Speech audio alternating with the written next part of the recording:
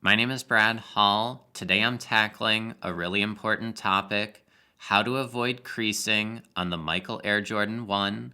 As you can see right in front of me, I've got the Michael Air Jordan 1 Couture, and this is a really interesting take on the Michael Air Jordan 1. Obviously your eye, it's going to go right to that giant red stripe. It makes this model almost look like a totally different model. Now another thing of note is the leather on this pair. It's very shiny, it's very smooth, and it's very rigid. Then you've got that midsole, and it is aged to perfection. They're calling that muslin, and I would agree. Now last but not least, let's look at these laces here. They are burlier than the normal Michael Air Jordan 1 lace, so kind of a premium lace, and I recommend checking out that lace in person. So it's a really interesting shoe, looks-wise, but that's not the most interesting thing about it. Twitter user Dam_B, he posted a photo to Twitter of this shoe after just a little bit of wear and that crease in it. It is a monster crease. I can't say I'd be that happy if my shoe ended up looking like that. And that got me thinking, how can we, people who wear shoes, avoid getting creases on shoes?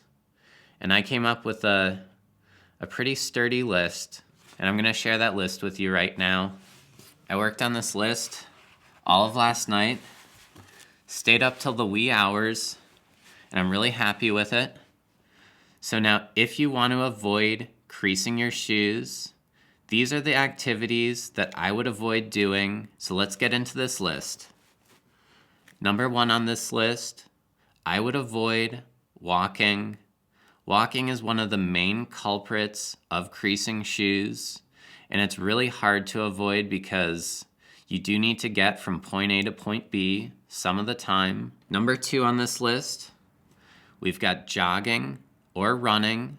These are extreme versions of walking, so you're going to get that same creasing, same wear on the shoe, but a lot faster and a lot harder, so avoid that too. Up next, we've got strolling.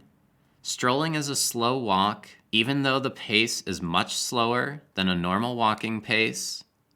You're still walking, and that's still creasing your shoes. Moving on, we've got marching. Marching is somewhere between walking and running. It's walking with a purpose, really, but it's not fast enough for running. Now this one is an interesting one. It's pacing. Pacing, you might do that without even realizing it, just getting out some nervous energy, and you're not really moving that much, so you're probably not thinking, this is creasing my shoes, but it is. Next on the list, playing the bass drum. When you get that groove going, your foot gets going, you're going to put a lot of pressure right here on that toe box. Just imagine that. Getting that groove going. That's going to do